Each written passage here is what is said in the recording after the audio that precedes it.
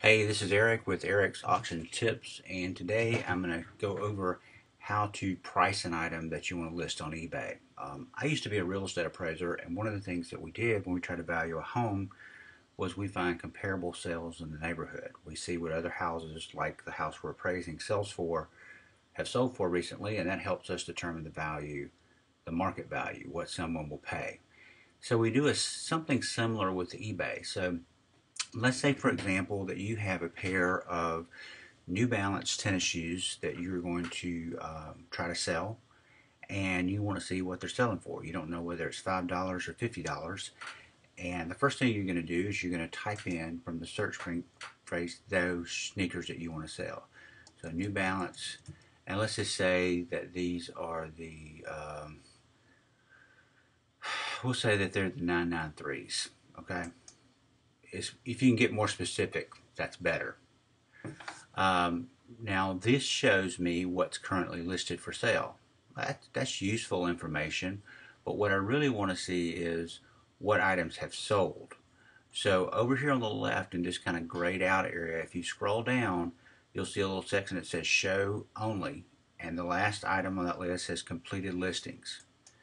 Now this is going to bring up items that have listed and sold, that are done, the auction's over. If it's in red, then it didn't sell. If it's in green, then it did sell. So just from this first page, you can see that there's a wide variety. Looking at the ones that did sell, we got 119, 117, 119, 129. Well, that's pretty good. But let's think about this for a second. Let's say that ours are used and not brand new.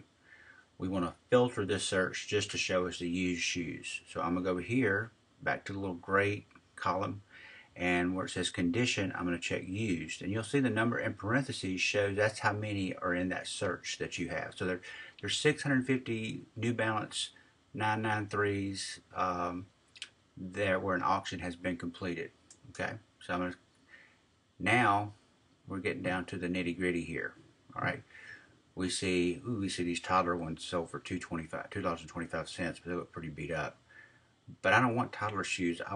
These are men's shoes, so I want to pull out all the toddler shoes. So now I want to go back here to the grayed out area again and choose men's shoes, and that'll whittle my search down to 397. So we're slowly kind of filtering this down a little bit more and more. All right. Now these are starting to look like my tennis shoes. They're gray, and they're in decent shape. So look at my prices. There's some that sold for $80. Those look to be about the condition that mine are in, so I'm pretty happy about that. Here's some sold for $52. I don't know if that looks like a stock photo. I don't even know if that's the exact shoe. These didn't sell for $175. These sold for $69. These sold for $70, $74, $27, but they look a little different. Something's going on with those. They're kind of old looking. $56 didn't sell for $30. I don't know why. Those say women's. I don't know why they're in the men's section, so you gotta look at that. $64, those are different color. $49 didn't sell. Don't know why. $69, $69. So if I look at all this, I know that these shoes, it looks to be around the $70 range, $60 to $70 range, maybe as much as $80.